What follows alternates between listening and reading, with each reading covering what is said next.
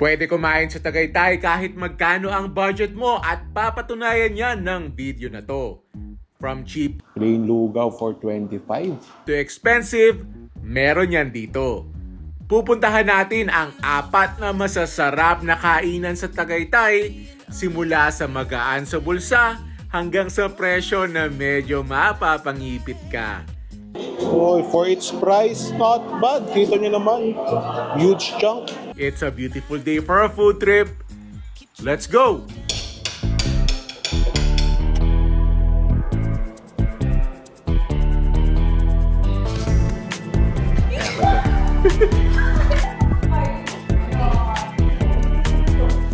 At para sa first stop sa ating cheap to expensive Tagaytay food crawl, narinig tayo sa very underrated na sislingan ni Aling Meng. Yan, small place, big flavor, at ari ang menu nila. Kita nyo naman marami pagpipilian at very affordable lah. Kita nyo, 25 pesos, pwede ka na mag food trip, may plain lugaw ka na. Pero syempre, tayo dumayo, kailangan ni masarapan ng kain. O-order din tayo ng sizzling T-bone. Kita nyo, 250 pesos laang. Tapos, parang asarap ng sizzling bangus. 250 pesos din. Tapos yan, may bulalo rin sila, 450. Probably among the more affordable na bulalo din sa Tagaytay. Abay, nakisama ang panahon, malamig na sa Tagaytay ay nakaulan pa. Parang asarap mag-food trip.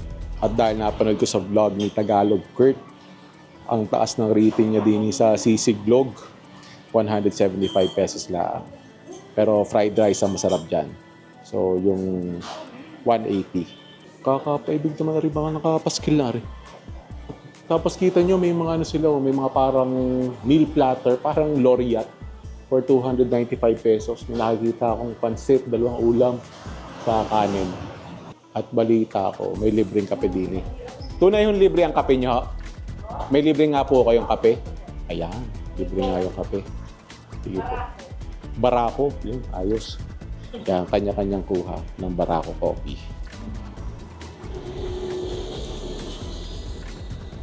Tapos, ang maganda sa pwesto ng mga yan, doon air condition, din tayo. Tapos yan, may video okay pa din eh. Malamig na nga din sa Tagaytay, nasa aircon pa, magpapainit na lang ang tiyan. Sarap ng timpla ng kapeng Barako, parang ari ang tinitimpla ng aking daddy. Ari na yung Sisig Vlog. Wow, look at that. Pre, hahaluin na natin. Yan. Titingnan natin kung kaya na rin tumapat sa first bite sisig. Yan na rin na ang bulalo. Sabi ko nga sa inyo, among the more affordable bulalo sa Tagaytay. At tingnan natin kung malaman. Ayos naman ng laman din. Maraming chunks. Hindi ko lang bulat-lat ng ayos yun. Mukhang malambot. Tapos yan may gulay. Tapos ari yung sizzling T-bone. Tapos yun nga, yung sisig vlog and yung sizzling bangus. Excited ako dyan. Tapos ari naman yung plain lugaw. Kita nyo, 25 pesos. May food trip na kayo din sa Tagaytay. Hi guys! I'm Colleen Kianyo. Nag-start kami way back 2014. Then, nag-start kami sa lugaw-lugaw lang, mga silog-silog, like top silog, hot silog. Tapos, nag-start kami dun sa parang kubo-kubo lang na parang karinderya, ganon, hanggang sa nagbunga, ayun, 3 branch na po kami. Ang lola ko kasi is Bicolana. And mahilig siya magluto. Mahilig siyang pagluto kami. So, ang masasabi ko, yung secret is love. Love and family. So, bakit ang daming mga pamilya kumakain dito? Food namin dito is all, sabi ko nga, bunga siya ng love and family. So, kaya siguro pumunta yung mga family dito, masarap yung food namin at affordable price. Yan. Sabi sa inyo eh, tamang-tama, nakisama ang panahon. Plain lugaw for 25. Bango naamoy ko yung luya. First bite. Thank you, Lord. Yung home cook na sarap ng lugaw. Nice. Halagyan lang natin na rin ng paminta. Dahil ano na eh, may lasa na. Tapos, chili oil. Yan. Ayos ka na. Nag-iba naman ang kulay eh. Okay to, halimbawa overnight kayo dito sa Tagaytay, tapos naghahanap kayo ng mura laang na breakfast, pwede to. Para naman, yan, bulalo. Hindi naman lahat ng bulalo sa Tagaytay ay mahal. Yun ayos din chunky rin. Tapos yan, may buong maro pa Tinitize po. Kita nyo kung ano, yan napipilas Yan. Tapos, sasabawan natin.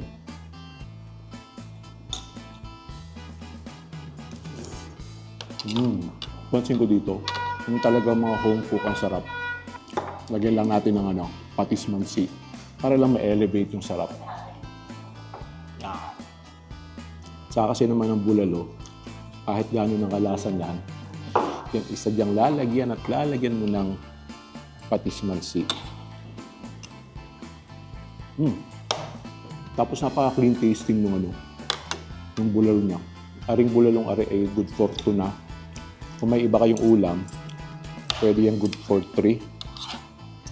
Pwede kat sulit na sulit yan. Tapos nakakapagtaka talaga na pag chinek mo sa TikTok, siguro dadalwa o tatatlo nag-vlog din Pero kaya pagtatanong-tanong mo sa mga locals, marami sa kanilang kumakain din Marami din naman turista na nakain din Hindi lang talaga siya nag-vlog. Napaka-underrated. Kita naman natin kanina dahil sa presyo, kaya napaka-underrated at ang sarap. Tingnan natin kung yung bangus ay masarap din. Yan ang mga gusto kong gravy. Yung matamis pero hindi sobrang tamis. Pinapak na yung gravy. Tapos, di na naman sila nakilala. Biruin mo, 250 pesos. May T-bone steak ka na at malaki Hindi saka medyo makapal, hindi paper thin. At yun, mukha naman malambot. For 200 plus, this is a steal. Lalo na't nasa Tagaytay pa. Sarap nito. Try natin itong sisig nila. Yung sisig na salty, tapos creamy because of the mayo and the egg. Lagyan lang natin ng konting kalamansi kasi nga salty. Tapos lagyan natin ng konting chili oil.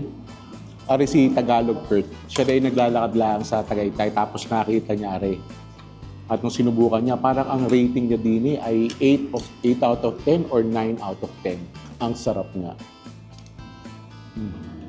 Lalo na nilagyan ng kalamansi saka ng chili oil.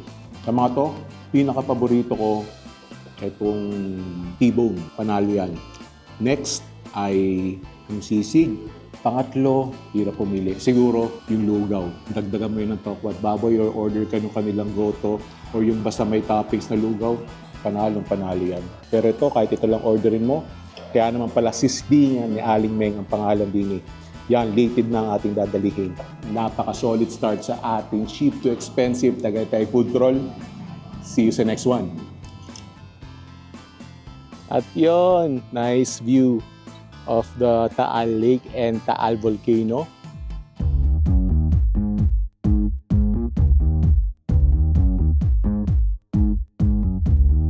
Yan, di naman tayo magpo-food trip sa bazaar nare sa Sky Ranch. Yes, hindi lang puro rides, hindi lang puro pasyalan ng Sky Ranch. Siyempre, pag nag-rides ka, pag namasyal ka, masarap mag-food trip at dine, marami kang pagpipilian. Tapos ang bazaar pala ngayon nila ang tawag ay Christmas Wonderland Food Fair.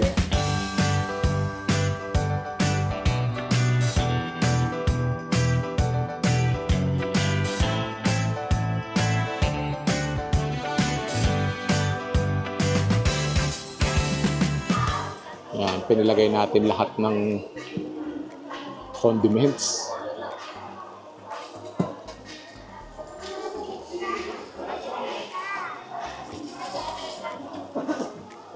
Ayan, Hungarian sausage sandwich with everything on it. Not bad na, no, for 100.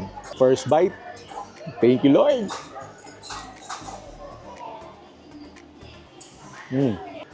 Buwal na. Although yung sausage niya, hindi siya yung talagang mga mamahaling quality. Pero not bad naman din. Nandun yung pagka-peppery flavor niya, yung pagka-garlic flavor niya. Hindi kasing ganun yung snap doon sa mga higher quality na sausage. Pero again, for 100 pesos, hindi ka na magko-complain din eh. Sulit na rin. Actually naman, pwede naman tong Sky Ranch sa earlier part of the vlog. Doon siya sa medyo cheaper part eh. Kaso, babayad ka ng parking, tapos babayad ka ng entrance para makakain din eh. Tapos, hindi naman ari-ari lang bibilhin mo. Bibili ka pa ng iba o order ka pa ng iba. At yun ang gagawin ko ngayon. Hahanap tayo ng iba pa. Yan, sakto, magluluto sila. Tapos pwede kang mag-add ng flavors for 30 pesos. Yan, merong cream cheese, Nutella, bisco. Pero doon na lang ako sa plain. Kasi first time ko makaka-try na rin 10 yen cheese coin. Gusto ko makatinusan talaga kung anong lasa niyan. Kita mo yung pinaka-hulma niya. May characters. Tapos I'm assuming lalagyan niyo ng cheese. Yun. I guessed right. Ano cheese yan? Mozzarella? Mozzarella pala yan. Kaya pala yan pag hinila mo isa dyan. Mabilis lang naman daw rin, mga 2 to 3 minutes. At yan, umaamoy na. Amoy waffle. Yan. Hindi ko pa naamoy yung pinaka-cheese. Pero I'm assuming it's gonna be really cheesy. Yung. Kulang pa. Yung. Ganda ng kulay Tinuso kung ayos na yung cheese. Hindi pa.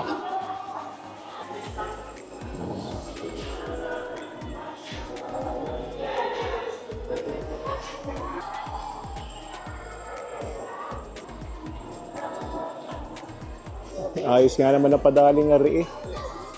First time ko makakatikim na rin, kay lasa na rin. Ayan. Sana may cheese pool at yun sadya binabayaran din eh. Ayan, try natin.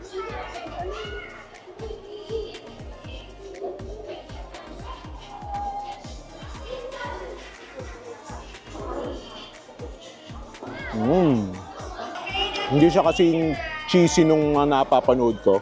Pero try natin na rin isa pa, isang kagat.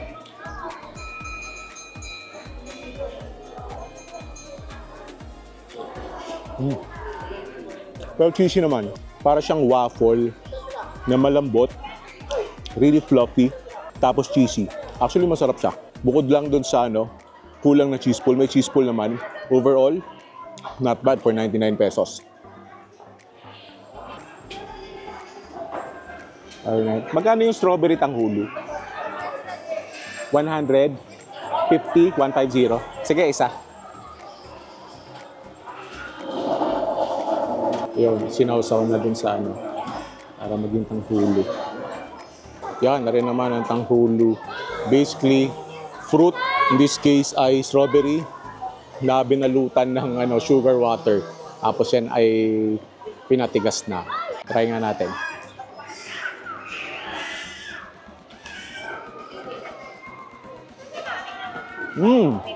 Crispy siya. Surprisingly, hindi siya ganun katamis. And ito, maganda yung pagkakatanghulo niya kasi yung ibang napapanood ko, sabi nila, kumakapit sa ngala-ngala. Are, ay talagang ito niya, parang glass talaga siya eh. Like glass.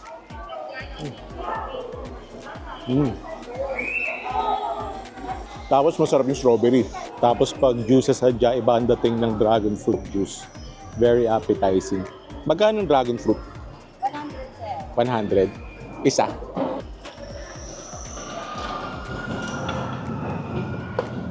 Hati na lang kami dyan ng misis. Aray na ang ating panulak, dragon fruit juice. Yan, sa Quiapo lang ako nakakatikim na rin. Ang nakakatuwa sa bazaar na rin, yung mga nagda-trending sa ibang lugar, mostly sa Manila, like dragon fruit juice, yung 10 cent na na cheese waffle, yung tanghulo at iba pa ay narinig sa isang lugar. Dragon fruit nga naman. Tapos may jelly siya. Haluin natin ng ayos kasi nakulangan ako sa tamis. Baka nandun sa gatas yung ibang tamis na hinahanap ko. Yun, umayos na. Hindi siya kasing tamis nung sa Quiapo. I don't know if that works better for you kasi yung iba sobrang tamis daw nung sa Quiapo. Ito, saktong-sakto lang. So kaya naman kami narinig din sa Sky Ranch. Siyempre, bukod sa gusto kong pakita sa inyo to, ay maglalakad-lakad kami din ngayon kasi nga may kakainin pa kami mamaya. Ang dami namin nakain kanina. So we'll check out the place. Ang Sky Ranch nga pala ay may mga rides. Kung gusto nyo, pwede nyo i-consider. Pero kung gusto nyo naman na maglakad-lakad lang, pwede babayad lang kayo ng entrance. Or tulad ng ginawa namin ngayon, bayad din kayo ng kain. Food trip, lakad-lakad, quality time, ayos.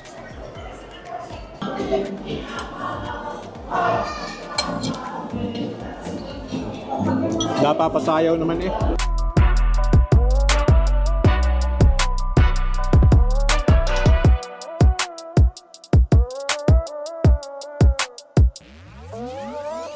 Narito na tayo sa pinakamalaking parisan sa buong Cavite, ang Mr. Pares. Sabihin nyo naman, ba parang familiar? Ari yung trending at sikat na Mr. Pares sa Timog. Narito na sa Tagaytay, ang araw-araw mong kapares. At hindi lang ari araw-araw na kapares, ari ay buong araw mo pang kapares dahil ari ay open 24/7. Ayan, narito tayo sa Mr. Pares sa Tagaytay. 120 pesos lang, meron ka ng Pares Mami, makakakain ka na ng masarap, saka nakakabusog din sa Tagaytay. Tunay na maraming mahal din sa Tagaytay, pero meron din naman mura, tulad na rin Pares Mami ng Mr. Pares. Yan. First bite. Thank you, Lord. Masarap talaga yung soup din sa Mr. Pares. Tapos malasang-malasa na yung noodles. Tama-tama lang yung pagkaka-al dente niya. Tapos malambot yung baka. Kahit yung mga litid-litid panalo. Lalagyan lang natin yan ng chili oil. Talo-talo na rin. Biro mo, 120. Unli soup pa. Tama-tama sa Tagaytay. Naglalalamig na. Pwede ko humingi ng unli soup. Tapos may itlog pa yan Kaya sulit na sulit. At ari na ang crispy ulo. Yan. Look at that. Grabe. Lalagyan lang natin ng chili oil. Tapos, aring kanilang, kasi yung Pares, yung sarsa ng Pares sila din, dalawa. Isang malabnaw, tapos ari yung malapot.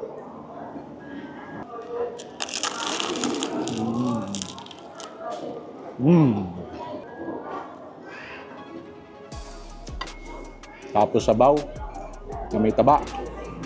Quality. Aring uso.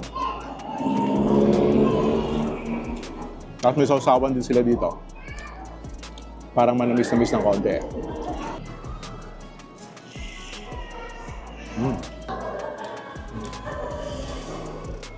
Tapos rin naman, may laman dyan somewhere. Yan malaman din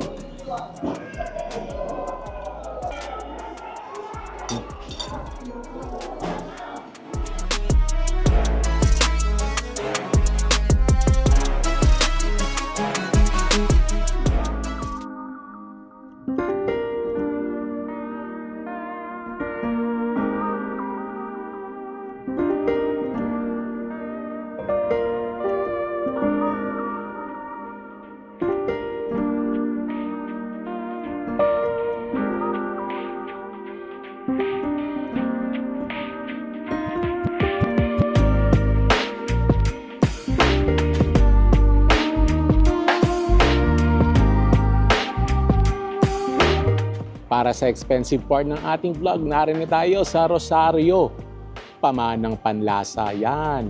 Maganda location niya. Dinilaang sa tapat ng SMBC. At kung hindi ako nagkakamali, dini yung dating legendary kainan sa Tagaytay na Josephine's.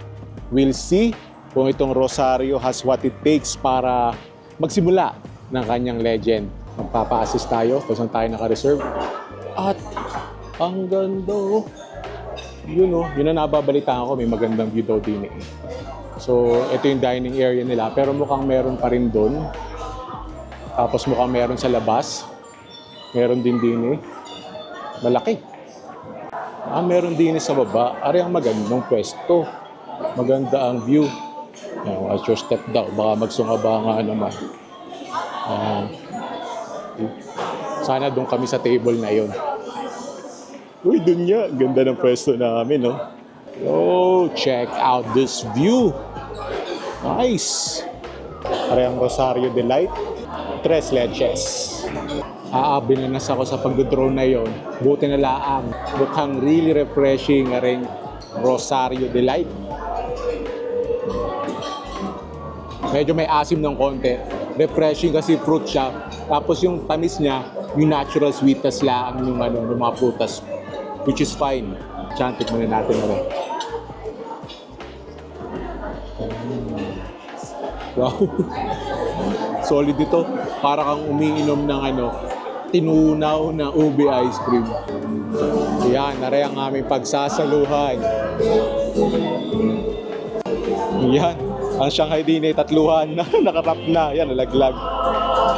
Ganda nga naman ang presentation. Tapos, ari yung Binondo fried rice nila. Not really sure kung bakit Binondo rice. Probably because of the parang may Chinese chorizo. Tapos, ari yung bulalo.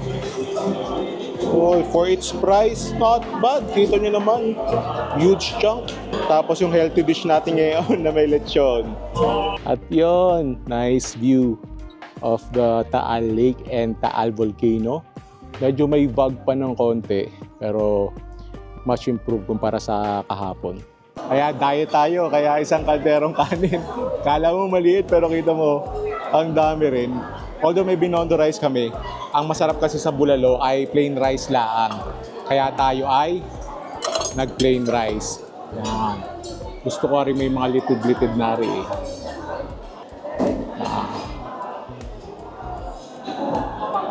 Yun. Yan ang mga gusto ko. May laman, may mga litid, saka yun, oh. That's the money shot right. Yung humihiwalay eh. Yan, tapos kunin natin yan, miwalay ka. Huwag kang ihiwalay. Sama ka sa akin. Tapos, syempre, sabaw. Saka, gulay. Yan, maraming gulay Tikman ko muna yung sabaw.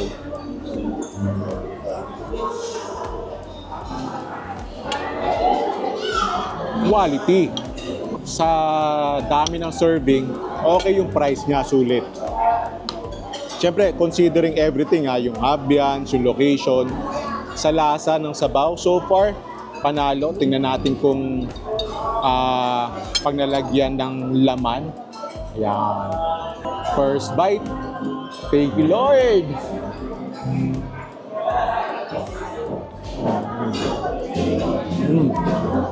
Mahal ang bulalo nare, pero sulit sa presyo. Malaki serving size, maraming makakakain, malambot, malasa. Ari yung mga pag may budget ka naman, okay lang na gumastos ng garne ka mahal para sa bulalo. Kasi quality naman.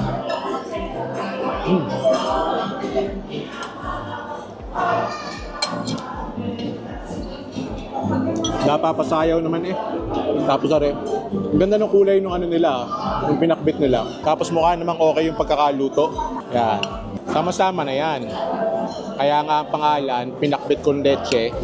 Kailangan may lechon yan. Pinakbit con lechon. Yung gulay, tama-tama yung pagkakaluto. Yung half cook lang. Tapos yung lechon, pwedeng stand-alone dish Malasa din, crispy, malambot na naman, and melts in your mouth at taba. Pero yung pinakbet, yung lasa ng pinakbet masarap kasi. Kahit wag mo na siyang samahan ng lechon. Of course, lechon is lechon, masarap na may gayaan. Pero kahit rin pinakbet lang yung timpla, ay panalo. Tapos yan, big scallop tayo. Parang may seafood tayo. So kahit nasa expensive part siya ng ating vlog, marirecommend ako siya. Lalo na rin bulalo, panalo dito. Bone marrow. Lagyan natin ng laman, gulay, patis mansi. Now this is a solid bite. That's it for today's vlog. Thank you for joining me. Sana nabusog kayo, sana nag-enjoy kayo. And if you did, make sure to click on subscribe button and notification bell and watch my other vlog right here. Thank you for watching. I'll see you in a bit.